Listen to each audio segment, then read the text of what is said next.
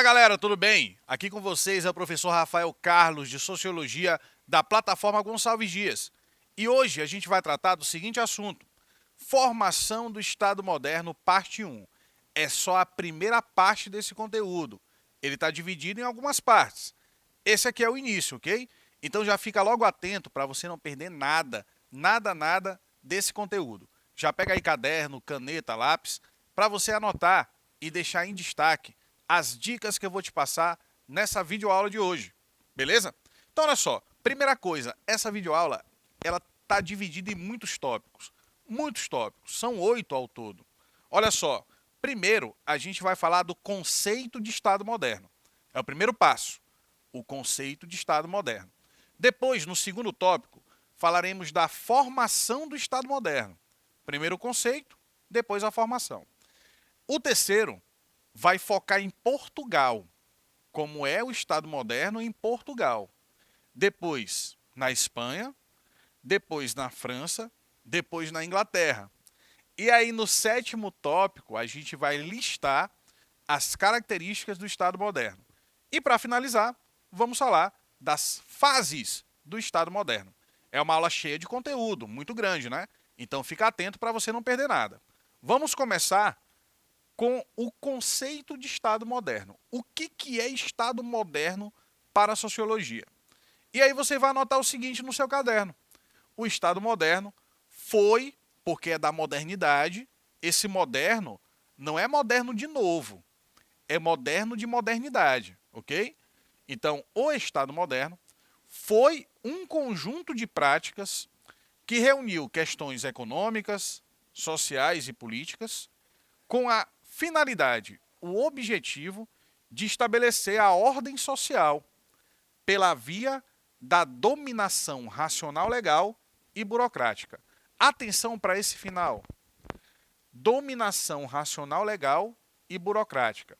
Isso aqui te lembra um autor da sociologia chamado Max Weber. É ele que fala do Estado como uma instância de dominação racional legal. Então esse conceito ele está inspirado também nas ideias desse sociólogo, beleza? Vamos adiante. Como se formou o Estado moderno? O conceito a gente já sabe o que é. E a formação? Como aconteceu? Vamos ver agora. A formação dos Estados modernos se deu a partir da desestruturação, ou seja, do fim do feudalismo. O feudalismo é lá na Idade Média, lembra disso, né? Modelo de produção característico da Idade Média. Com o fim do feudalismo, vai surgindo ali elementos que vão ser fundamentais para a formação do chamado Estado moderno. A partir da união dos antigos feudos. O que é um feudo? O feudo é uma unidade de produção e uma unidade territorial. E cada feudo, você aprendeu nas aulas de história, é governado, administrado por um senhor feudal. Então, antigamente, o poder era descentralizado. Agora, com o Estado moderno, esses feudos se unificam em um território só e passa a ter apenas um mandatário, que seria o rei, politicamente falando, a autoridade maior desse território, que é o Estado. Então, a união desses feudos que existiam no continente europeu acabaram formando o que hoje são os países, ou antigamente os reinos. Os séculos 14 e 15 foram marcados pelo desenvolvimento de um novo sistema político que a gente chama de Estado moderno.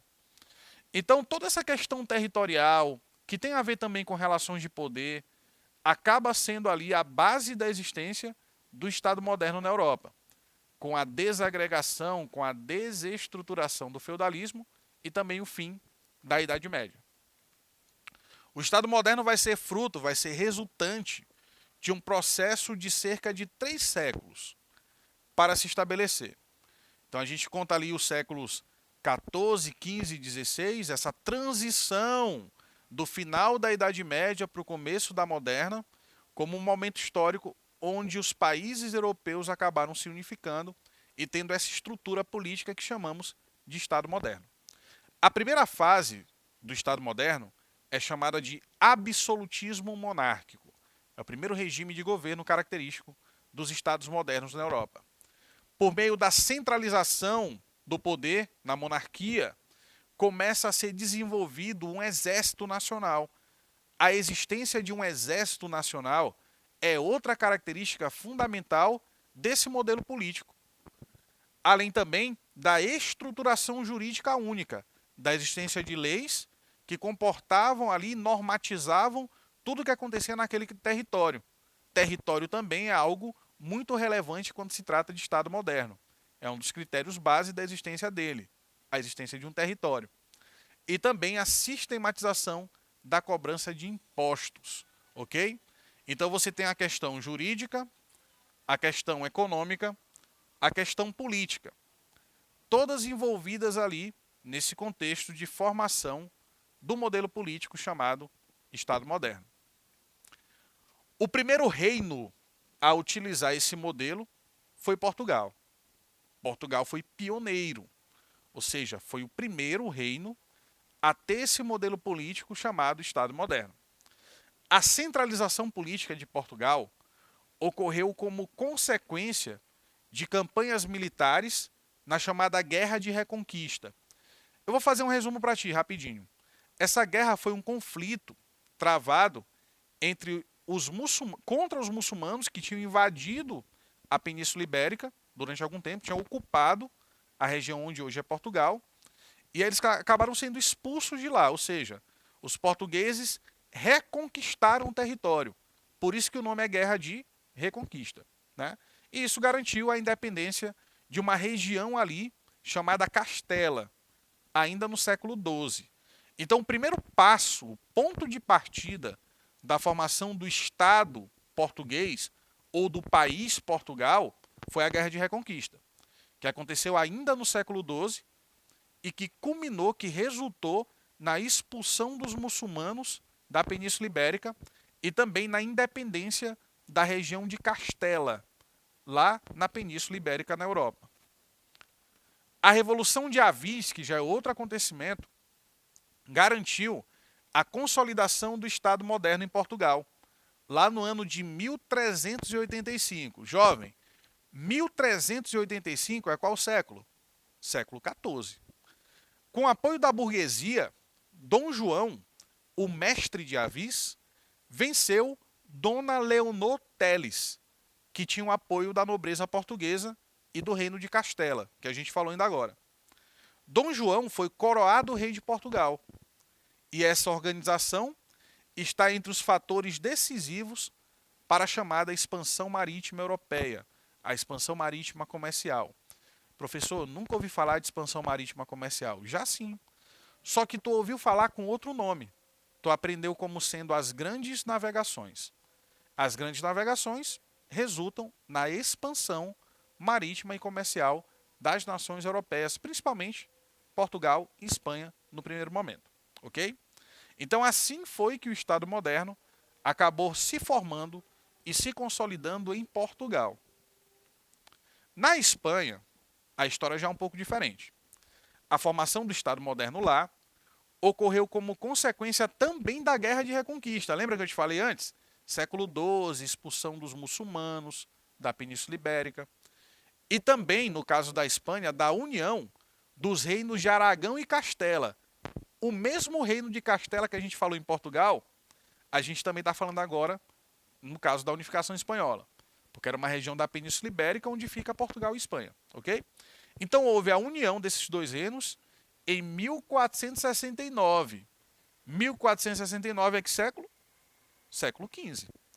A consolidação mesmo ocorreu em 1492, com a expulsão dos mouros, que é o nome que os ibéricos davam para os muçulmanos, do reino de Granada, que também fica ali onde hoje é o território da Espanha. Então você tem a unificação dos reinos de Aragão e Castela, em meados do século XV, e depois a expulsão dos mouros do reino de Granada.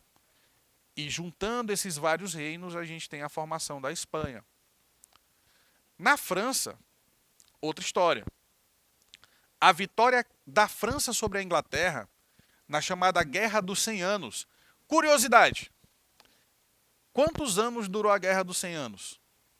Muita gente pensa que essa resposta é fácil, né? Ah, professor, a Guerra dos 100 Anos durou 100 anos. Errado. A Guerra dos 100 Anos durou 116 anos. Só que o nome é Guerra dos 100 Anos, ok?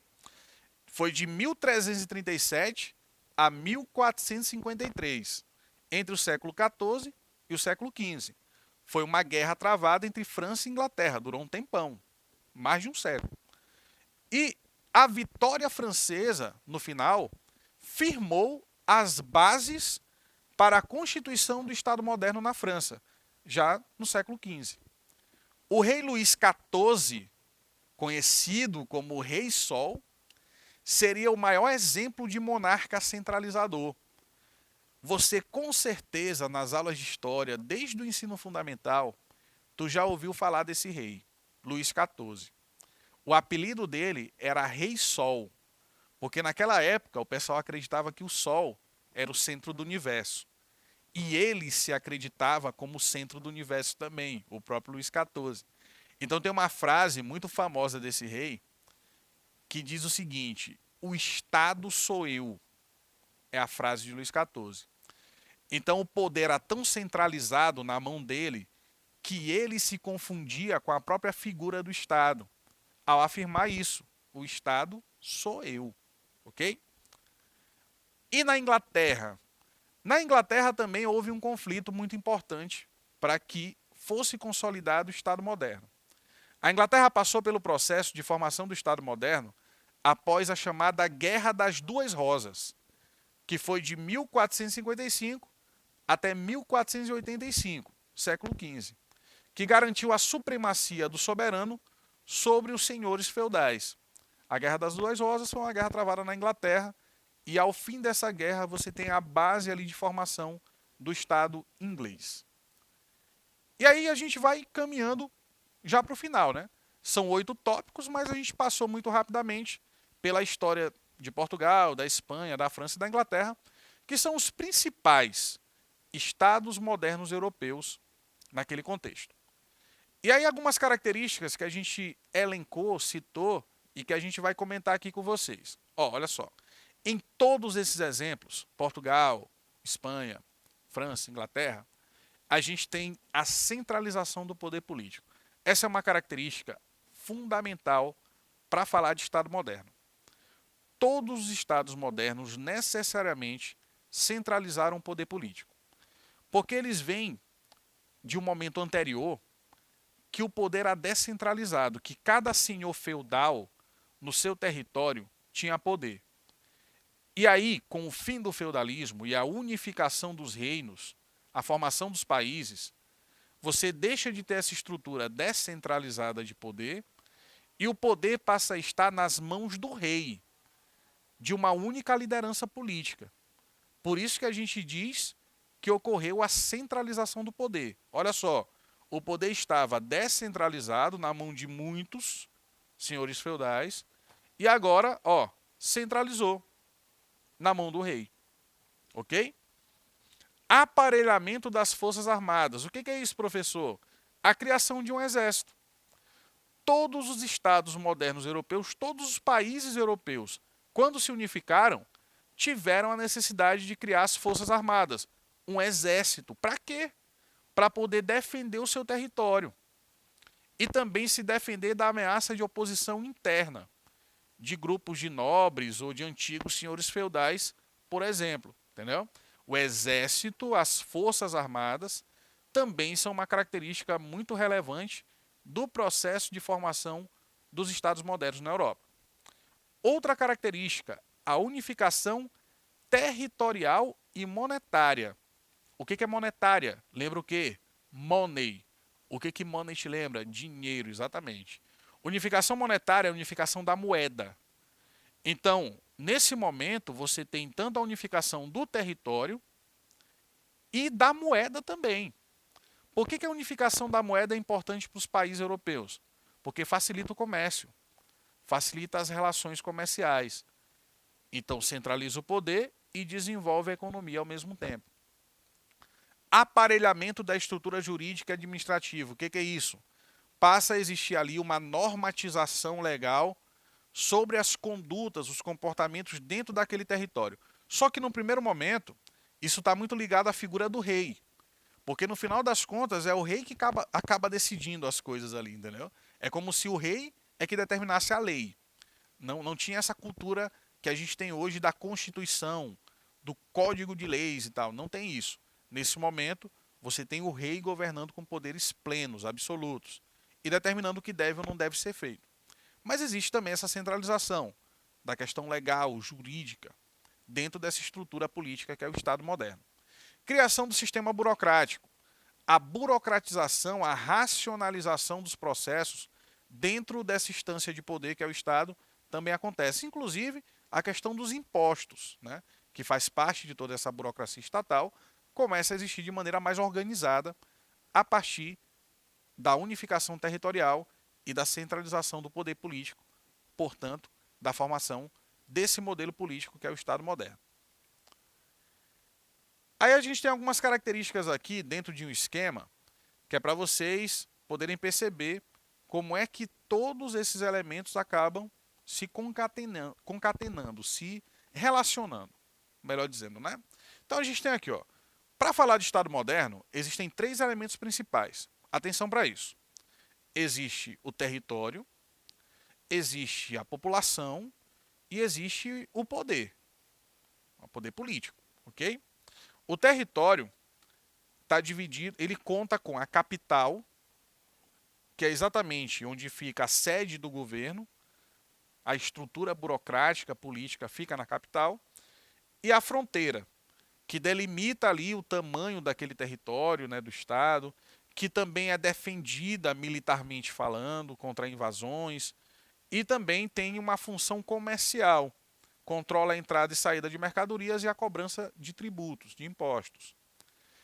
A relação de poder, existe a soberania extrema do rei, do monarca, o Estado independente é reconhecido perante outros estados como soberano, existe a figura do chefe de Estado, que é o governante, e também a legitimidade, implica que exista aí legitimidade, que é a capacidade de fazer obedecer uma norma ou convencer que uma norma deve ser seguida. A questão da estrutura jurídica, legal, de normatização das relações dentro desse território, ok? Então a gente tem, ó, território, população e poder, certo? O poder exercido sobre a população e essa população habita um território. Esses 3 elementos centrais formam o Estado moderno. Fases do Estado moderno. Vamos lá, para a gente poder ir para o final da aula agora, né? 8º tópico. Fases do Estado moderno. O Estado moderno é marcado por 4 fases. Essa aula, agora, eu vou te apresentar as fases. E a partir da parte 2, a gente vai aprofundar um pouco mais sobre cada fase, combinado? Então vamos lá, vamos só apresentar algumas características básicas, já deixando combinado que a partir da parte 2 a gente aprofunda essas fases e as características delas. Olha só, primeira fase do Estado moderno, Estado absolutista. Esse Estado absolutista surgiu com o desenvolvimento do capitalismo mercantil, que muita gente também chama de mercantilismo, e defendia a soberania do Estado. Nesse modelo chamado absolutista, o Estado é soberano. Ele é a figura mais importante da relação de Estado, população e indivíduo. O Estado, no absolutismo, é o mais importante. Aí depois a gente tem um Estado chamado liberal. Nesse Estado liberal, você já tem outra característica. É um Estado que valoriza a autonomia e o direito individual. Então, o indivíduo passa a ser soberano e o Estado também não intervém tanto na economia como fazia o Estado absolutista. Depois nós temos a crise nesse modelo liberal e o surgimento do Estado democrático liberal, já ali por volta do século XVIII, onde os direitos e as liberdades individuais são reconhecidas e protegidas. O poder político é restringido pelo Estado de Direito e o processo de eleição é livre e justo, com um processo político competitivo. Então a questão das eleições, do voto, faz parte da democracia e a gente sabe disso. Nós vivemos em um país que é democrático, ok?